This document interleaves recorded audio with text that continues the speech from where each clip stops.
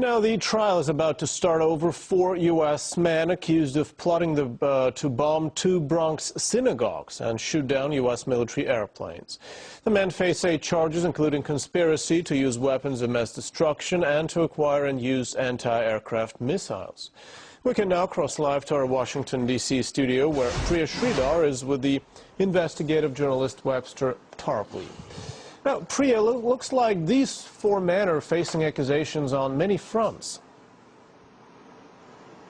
That's right, and I'm joined by investigative journalist Webster Tarpley right now, and he has some of his own theories about what's really going on with this case. Webster, thanks so much for joining me. Thank you. So first of all, tell me what's going on here. What's behind this whole story? This is another production from a long-standing FBI theater of the absurd. It's a circus. It's something that we've seen again and again. They are reaching the bottom of the barrel in terms of the available patsy pool, so it's getting hard to have that willing suspension of disbelief. These are now the 4 Bronx bombers. 3 U.S. citizens, 1 Haitian. They're all very poor, poverty-stricken, mentally impaired black men, ex-convicts, probably converted to Islam in prison, probably by an imam who is also from the FBI, had a recruitment operation going on in there. They're accused of wanting to bomb cars at a Jewish synagogue in Riverdale, which is part of the Bronx in New York City. Also trying to shoot down airplanes at a U.S. Air National Guard base in Newburgh, New York. In each case, C4 plastic explosive provided by the FBI that wouldn't work, and Stinger missiles, SAMs, that were provided by the FBI that also wouldn't work. And so why would the FBI do this? What were they thinking? Well, the goal is Pakistan, right? Ever since the Obama West Point speech, we can see that the U.S. is massively targeting Pakistan in every way.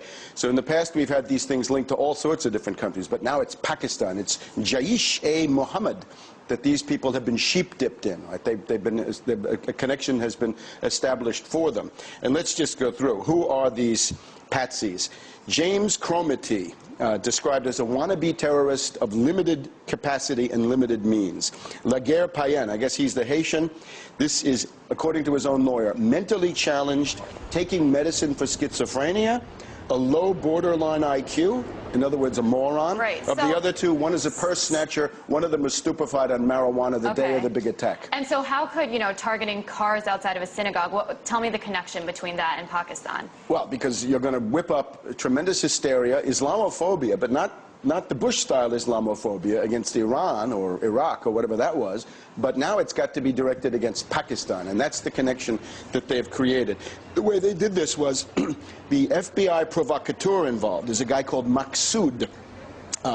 His real name, I think, Shahid Hussein, variously described as fishy and creepy.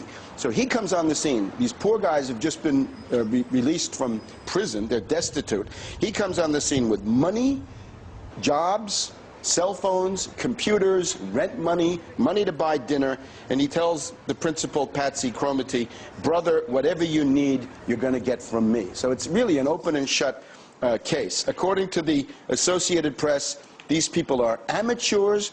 They were not able to go into a Walmart and buy guns and cameras even after they'd been given money by the FBI. The Nation calls them losers, ex-cons, and drug addicts. Other sources call them semi-retarded potheads. Right. So what you see is a complete sting, a complete entrapment, all fabricated. There's no criminal intent or ability to begin with. Everything is provided as props by this FBI circus. And so you referenced President Obama's speech, and you said, that Pakistan is the new target. However, he's saying that Pakistan and the United States have to have this important partnership. What's going on there, then? The goal, once again, is to destroy Pakistan as an energy corridor between Iraq, Iran, other countries in the Middle East that produce oil, and China, because that's where a pipeline could go. The pipeline could start in Iraq, it could go to Iran, it can go up through Pakistan, cross the Himalayas, above Kashmir, go into China. This would be oil going towards China and Chinese economic influence coming into the Middle East and essentially cutting out the Anglo-Americans. And how is that going to happen, the destruction of Pakistan?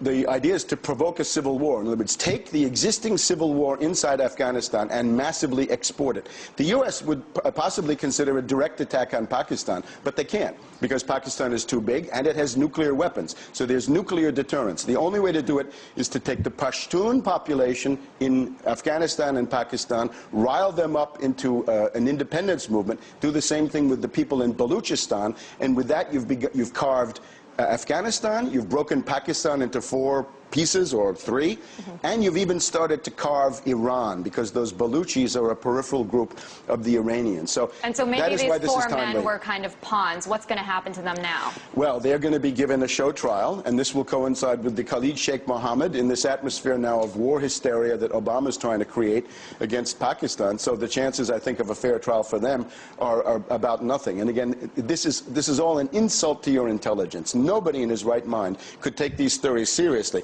We've had this again and again. We had the Fort Dick 6. In this case, they were so lackadaisical they didn't want to do anything. The JFK Airport pipeline bombers, led by a sad sack who sold incense in the streets. His means of livelihood was to get small change out of payphones. The Liberty City 7 in Miami, Haitians who are also dirt poor, mentally impaired. So again and again, the same story. You have a provocateur from the FBI with unlimited money, a group of essentially desperate and poor and mentally challenged individuals. Bring in some junk weapons, and you've got a case, and you can inflame public opinion and direct that against your foreign target, which is what they're doing in this case, and it's Pakistan. Thank you so much, Mr. Tarpley. Well, we'll certainly be keeping you updated on that case, but for now, it's back to you guys in Moscow. Thanks, Priya. That was Priya Sridhar speaking to investigative journalist Webster Tarpley.